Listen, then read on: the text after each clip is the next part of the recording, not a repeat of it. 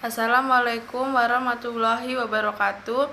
Perkenalkan, nama saya Revi Anggreni, NIM 2200303, Prodi Agribisnis Fakultas Pertanian Universitas Muhammadiyah Kendari.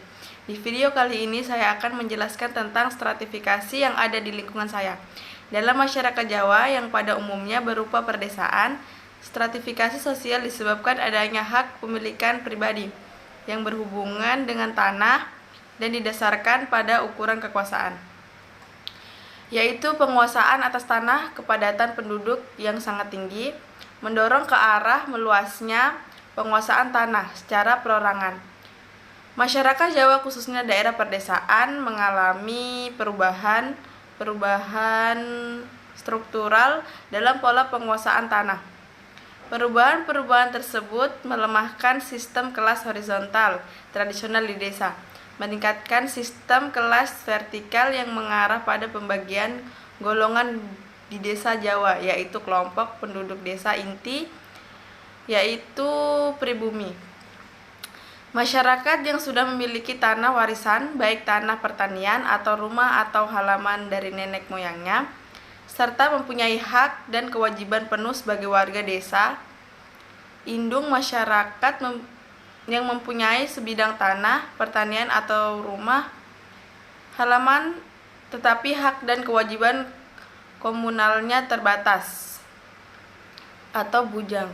Masyarakat yang tidak memiliki tanah bertepatan tinggal di halaman orang lain, bekerja sebagai penyewa petani bagi hasil atau hidup menumpang, dan bekerja bagi pemilik rumah yang tempat ditumpangi. Konflik kepentingan dan peran masyarakat desa untuk mencapai integrasi sosial terdesak oleh ambisi dan gengsi perorangan berdasarkan kekayaan mengakibatkan perubahan struktur kelas baru.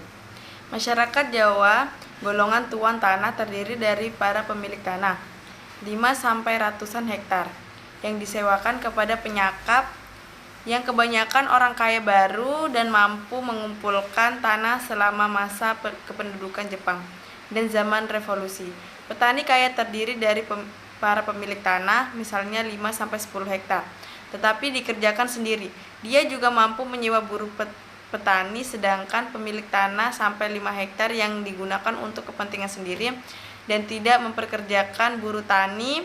Petani miskin dicirikan oleh kepemilikan tanah yang sempit, misalnya kurang dari 1 hektar, yang benar-benar tidak mencukupi untuk menghidupi dirinya sendiri dan keluarganya. Sebagian besar bekerja sebagai buruh tani atau petani bagi hasil. Buruh tani tak bertanah, tidak memiliki alat-alat petani dan tempat tinggal. Dia tinggal di atas tanah orang lain atau menumpang. Perdesaan stratifikasi sosial antara komunitas orang asli dan pendatang didasarkan pada status aktor, peran, dan posisinya.